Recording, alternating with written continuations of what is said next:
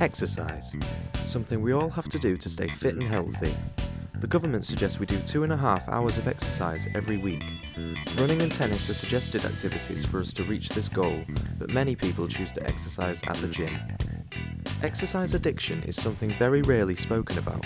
Exercising too much can be extremely dangerous for your body and can be compared to drug and alcohol addiction in terms of symptoms. In this film, I explore why we exercise, and I discuss how you can become addicted with an ex-fitness addict. This is Addicted to Exercise. 21-year-old Martin Hayes is a criminology student who has been coming to the gym since he was 16 years old. He tells me about his experience with exercising at the gym and outside. Turning around to people and saying you've got to exercise, it's good for you, it's a bit in the face, but I don't know, it depends. Like for me, I think it makes you feel good. So it's a good feeling in terms of if you've got low self-esteem, you're able to go to the gym for a few hours, and it's sort of it's a good feeling after the gym. The amount of time to train is about 3 to 4 at the most. So people who are training 6-7 days a week, they're not going to gain as much benefit if they're not resting properly and all. So obviously sleep's a big part of going to the gym, and so you've got to let your body rest and get the benefits. There was a time when I'd be training 5-6 times a week, and it's not good for you. Like I didn't see as much benefit as I did training 3-4 times, like limiting it. So, and obviously in the gym, people like to spend 4 or 5 hours, but you'll gain more benefit going in 2 hours at the most, doing the weights as quick as you can, and then getting out. You'll see a lot more improvement on your body. Too much exercise is when it's impacting your other life, where it's just the gym. So obviously, if you're constantly thinking about, yeah, I've got to go to the gym, I've got to do this, I've got to do that, then obviously it's not going to be, that's when I think it starts getting addictive. If you think that you're not able to go a day or two or even a week of not training, then obviously that's when it starts to get a bit of a problem, I'd say. Martin's theory on why people are addicted to the gym inspired me to find out more about the science behind the addiction. I spoke to biology student Molly Atkinson about the neuroscience behind an addiction. There's a process that happens to our brains that causes us to become addicted to things. Exercise stimulates our action potential in the neurons. Action potential is an electrical charge which is sent to the pleasure centre of the brain. This releases a chemical substance in the brain called dopamine.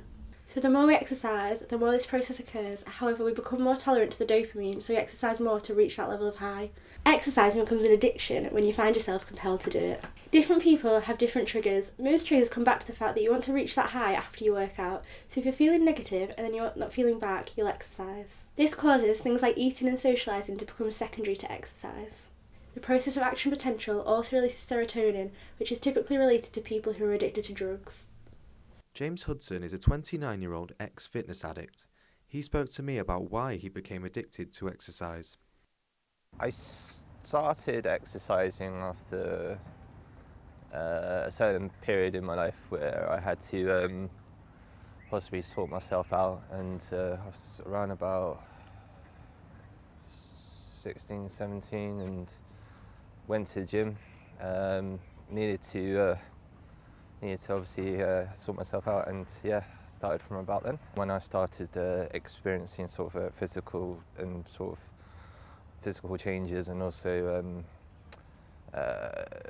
positive things, I decided to get a little bit more into it. So having gone from like a 2 to 3 times a week, like attendance, like I would start going like at least 5 to 6 times a week. He explained to me his 2-day routine at its worst. This included dumbbells, squats, deadlifts, steady jogging, pull-downs, sprinting, rowing, cycling, and kettlebell swings. This would be repeated 3 times a week. You become more tolerant to it because you're noticing these physical and these mental changes, because your serotonin levels might increase and your endorphins level increase. I mean, your testosterone levels are increasing as well. And then it gets to a point when it's just not enough. So therefore you end up you're going more frequently, and I was going like twice a day, more days a week, but then I wasn't getting that buzz. And then next, people are commenting on you like, oh, you're looking pretty good there and stuff. And like, oh, liking the definition, etc. And you're just thinking to yourself like, oh, that's really nice. Like, and then you sort of take advantage of that. I was starting to get a bit ill because I wasn't giving my body enough time to recover. I was picking up a lot more injuries, but also there was another time when like there was unfortunately a death within the family, and literally at the moment that happens, instead of being there for my family, I went to the gym. They say that you should really, like for general fitness, you should exercise at least 2 to 3 times a week. Even if, and like cardiovascular, at least if you do a couple of hours a week. And it doesn't necessarily mean, and I mean, this is why I understand a little bit more about it now. So, like, you don't generally have to go down to a gym to exercise. You don't have to, you know, to improve your fitness. You don't have to like go for runs and stuff. You can do a lot more general aerobic activity.